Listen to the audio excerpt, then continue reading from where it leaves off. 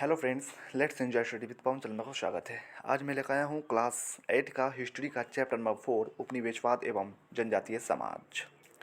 देखिए, मैं इस वीडियो में केवल उन्हीं पॉइंट्स को हाईलाइट करके बताने जा रहा हूँ जो केवल किसी भी कॉम्पिटिटिव एग्जाम का पर्सपेक्टिव से बहुत ही ज़्यादा इंपॉर्टेंट होने वाला है। मैं कल वीडियो नहीं ला पाया, उसके लिए मैं माफ़ी मांगना चाहूँगा। आइए स्टार्ट करते हैं अपने इस वीडियो को।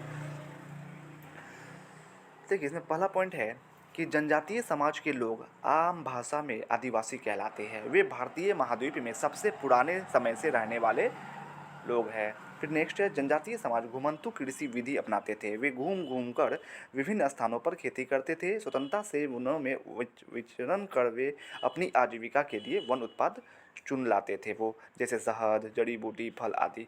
इन्हें पास के बाजार में बेचकर वे अपनी आवश्यकता की चीज़ें खरीद लाते थे। वे पशुपालन भी करते थे और तीर धनुष की सहायता से हिरन, तीतर और अन्य पशु पक्षियों का शिकार भी करते थे। उन्होंने लाख और रेशम उद्योग को भी अपनाया था। आदिवासी महिलाएं घरों में चटाई बनाने, बुनाई करने और वस्त्र बनाने का काम भी करती थी। वे जंगल को अपना घर मानते थे, मतलब समझते थे। वे कभी जंगल को नुकसान नहीं पहुंचाते थे, बल्कि जंगलों की सुरक्षा करते थे वो आदिवासी लोग।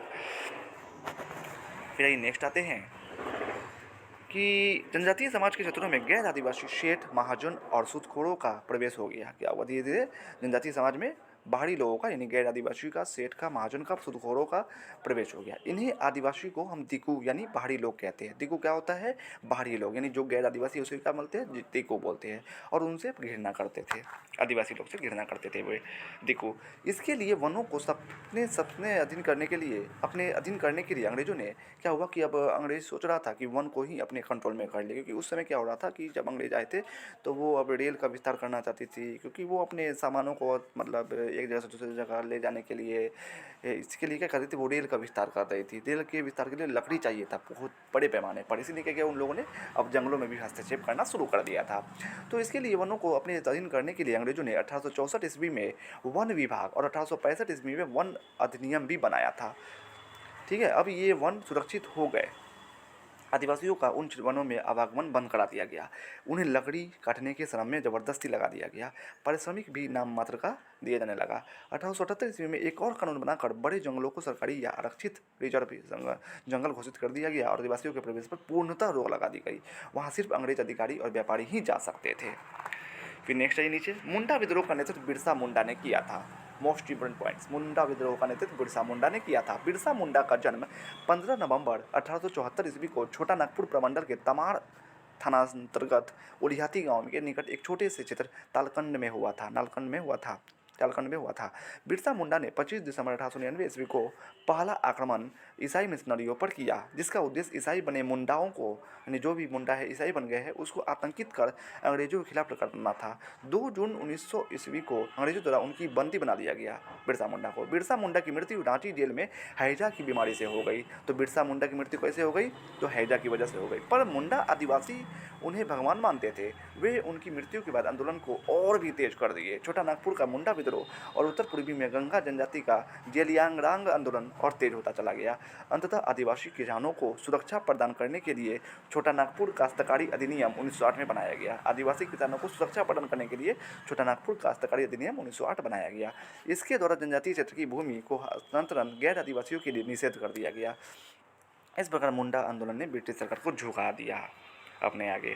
फिर नेक्स्ट है कि स्वतंत्रता प्राप्ति के बाद भी जनजातीय समाज अपनी पहचान बनाए रखने के लिए संघर्ष करते रहे। जैसे नागा जनजाति की मांग पर 1 दिसंबर 1963 ईस्वी को अलग नागालैंड राज्य की स्थापना की गई। संथालों के संघर्ष के कारण अंततः 15 नवंबर 2000 को बिहार की विभाजन करके झारखंड राज्य बना दिया गया। बेकारी क्या है होता है? बिना वेतन अथवा मजदूरी के काम करने को ही बेकारी कहते हैं। फिर बंधुआ मजदूर किसे कहते हैं? तो जो मजदूर कर्ज चुकाने के लिए बिना वेतन के मालिक के ज़मीन पर तब तक काम करता रहता है जब तक कि कर्ज की रकम सूद समेत न चुकाया जाए, उसे बंधुआ मजदूरी कहते हैं। ठीक है, फिर आइए नेक्स्ट पैराग्राफ पर चलते हैं। बिरसा मुंडा ने स्वयं को भगवान का अवतार क्यों घोषित किया था? तो सन 1895 ईस्वी में बिरसा को उसके कुल देवता सिंह बोगा से एक नए धर्म के प्रतिपालन की प्रेरणा मिली थी। इसी प्रेरणा के अनुसार उसने स्वयं को भगवान का अवतार घोषित किया और अंग्रेजी शासन का अंत करने का बीड़ा उठा लिया था। फिर जादूनांग ने नागा जनजाति के लिए क्या किया? तो जादूनांग उत्तर पूर्वी भारत के मणिपुर के रांगमेई जनजाति का नेता था। सन 1920 ईस्वी में उसके नेतृत्व में जादूनांग के नेतृत्व में जनजातीय लोगों ने विद्रोह का झंडा खड़ा किया था। जादूनांग ने अपनी 13 वर्षीय चचेरी बहन गिंडालियो के साथ मिलकर एक भूमिगत आंदोलन की योजना बनाई थी और नागा राज्य की स्थापना का प्रयास शुरू किया था। उसने जेमेई, लियांगमेई एवं रांगमेई तीनों नागा जनजातियों को इकट्ठा कर अंग्रेजों एवं गैर आदिवासियों को बाहर खदेड़ने का राजनीतिक कार्यक्रम भी बनाया था। बाद में यह आंदोलन गांधी जी द्वारा चलाए गए सविनय अवज्ञा आंदोलन के साथ जुड़ गया।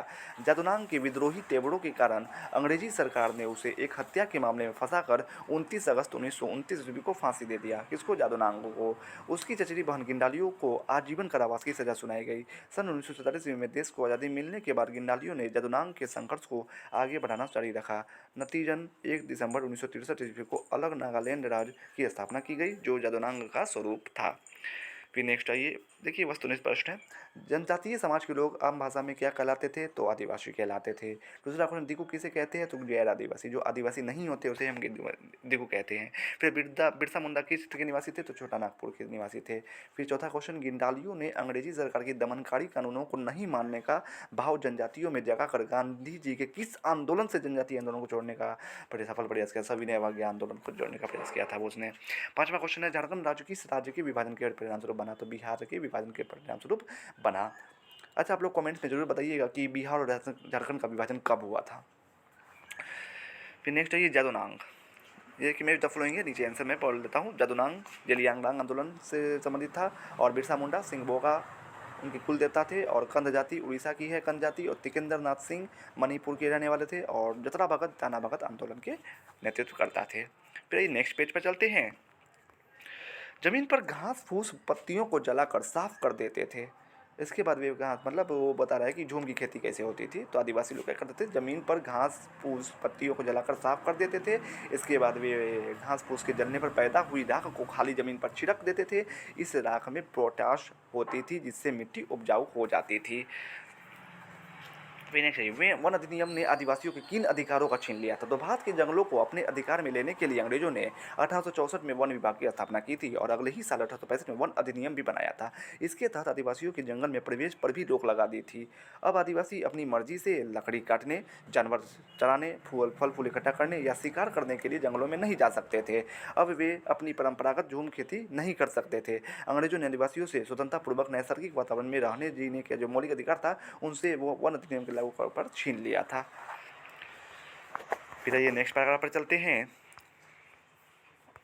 बिरसा मुंडा का जन्म 15 नवंबर सन 1874 ईस्वी को छोटा नागपुर प्रमंडल के तमाड़ थाना के उलिहाती गांव के निकट एक छोटे से क्षेत्र तालकन में हुआ था।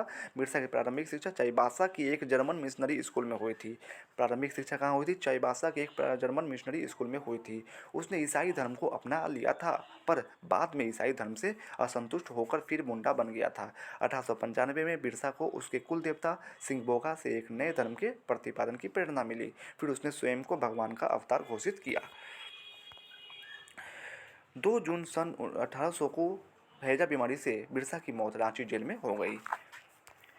फिर मध्य भारत में 1910 में बस्तर विद्रोह हुआ और 1940 में महाराष्ट्र में बर्ली विद्रोह हुआ।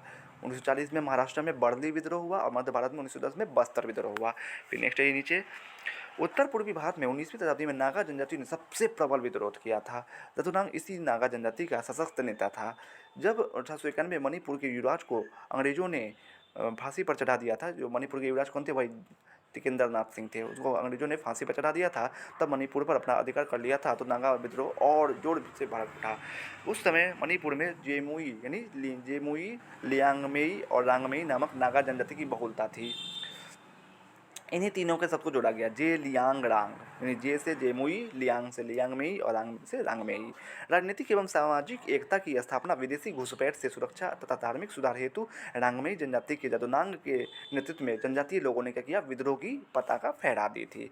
उक्त तीन जनजातियों कौन कौन थी? जेमेई, लियांगमेई एवं रांगमेई नाम पर इस आंदोलन का जेलियांगरांग आंदोलन का नाम दिया गया। ठीक है, फिर नेक्स्ट पेज पर चलते हैं।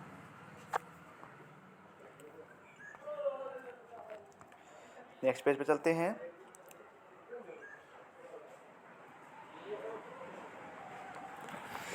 देखिए यहाँ जमीन पर घास फूस पत्तियों को जलाकर साफ कर देते थे। इसके बाद वे घास के जलने पर पैदा राख से खाली जमीन पर छिड़क देते थे। वो तो हो गया है ये। आइए यहाँ कि आदिवासी नेता सिद्धू की बहन फूलो और झानो ने अंग्रेजी कैंप में घुसकर एक अंग्रेज सैनिकों को तलवार से मौत के घाट उतार दिया था। आदिवासी नेता सिद्धू की बहन जो थी फूलो और झानो ने अंग्रेजी कैंप में घुसकर एक अंग्रेज सैनिकों को तलवार से मौत के घाट उतार दिया था। 1899 में मुंडा विद्रोह के दौरान बिरसा मुंडा की महिला साथी साली और चंपी ने सैन्य संगठन बनाकर बिरसा का साथ दिया था। बिरसा के दोस्त गया मुंडा की पत्नी मानी भाई ने भी क्या किया था, थीगी नागी और लेम्बू तथा उसकी दो बहुओं ने अंग्रेजों के खिलाफ क्या था, खरासा मतलब वो कचिया जिसको बोलते हैं, तलवार और लोहे की छड़ों में लड़ाई लड़ी थी अंग्रेजों से। फिर नीचे वस्तुनिष्ठ प्रश्न है। फिर इसमें है पहला क्वेश्चन, जनजातीय समाज के लोग अपना आम भाषा में क्या कहलाते थे? तो आदिवासी कहलाते थे। फिर नेक्स्ट आइए कि आदिवासियों की दैनिक आवश्यकताओं की पूर्ति कहाँ से हो जाती है? तो जंगलों से हो जाती है। फिर नेक्स्ट तीसरा क्वेश्चन, किनका हमेशा प्रयास रहता था कि आदिवासी की ज़मीनों को हथियाया जाए और उन्हें अपना बंधुआ मजदूर बनाया जाए? तो महाजन और साहूकारों का। फिर चौथा क्वेश्चन, अंग्रेजों ने वन विभाग की स्थापना कब की थी? 1864 में की थी। पांचवा क्वेश्चन, बिहार का विभाजन कर झारखंड राज्य कब बनाया गया? देखिए मैं यहाँ क्वेश्चन का आंसर खुद दे रहा हूँ, 15 नवंबर 2000 को। रिक्त स्थानों की पूर्ति करें। आदिवासियों के उद्योग धंधे भी डैश पर ही आधारित थे, तो जंगलों पर ही आधारित थे। नीचे आंसर दिया है, यहाँ पर आप लोग देख सकते हैं। दूसरा क्वेश्चन, डैश के बाद अंग्रेजों ने भारत में रेलवे की शुरुआत की थी? तो सन 1850 के बाद अंग्रेजों ने भारत में रेलवे की शुरुआत की थी। आप लोग एग्जैक्ट ईस्वी बताना कि कब से अंग्रेजों ने सबसे पहले ट्रेन चलाया था भारत में, कहाँ से कहाँ तक। सन 1865 में अंग्रेजों ने डैश अधिनियम बनाया। तो सन 1865 में अंग्रेजों ने वन अधिनियम बनाया था। फिर डैश का वास्तविक उद्देश्य जनजातीय क्षेत्रों पर अपना वर्चस्व स्थापित करना तथा उनका धर्म परिवर्तन करना था।